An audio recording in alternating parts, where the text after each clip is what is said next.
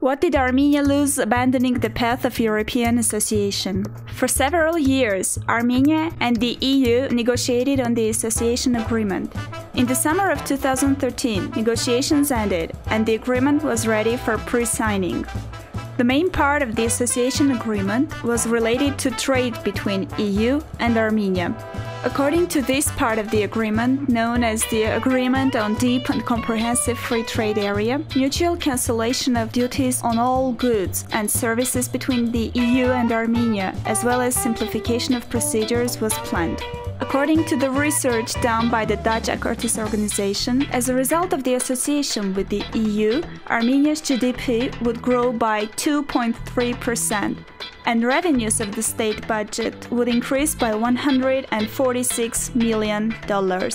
The volume of exports from Armenia was supposed to grow by 15%, and the cancellation of import duties on European goods in Armenia would lead to a 1.2% compensation of inflation.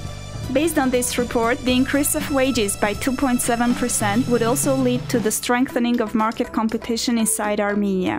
Besides, the number of highly skilled workers in the labor market would increase by 7%.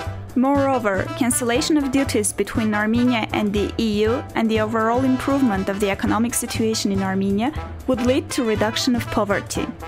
However, the benefits of the Armenian association with the EU were not limited only to the above-mentioned advantages. In August 2013, the government of Armenia formed a document based on which the European Union was supposed to give Armenia support in sum of €4,856 million.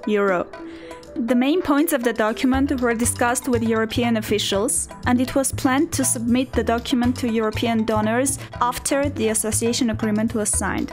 Armenia was supposed to receive €556 million of this grant in 2014 to 2015 and €4.3 billion from 2016 to 2025. €500 million of this grant were supposed to be spent on repairs of most vital roads in Armenia, and €650 million for the construction of the North-South Highway.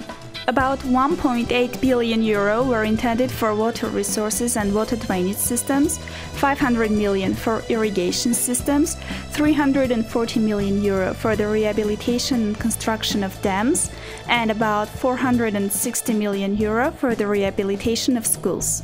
Despite all this support, we would not lose our right to independent foreign trade policy and would be free in establishing independent trade relations with other countries. However, in spite of such prospects, Armenia changed the course of its foreign policy in one night, on September 3, 2013, and stepped towards the Eurasian integration, which de jure doesn't allow Armenia to sign independent trade agreements with third countries.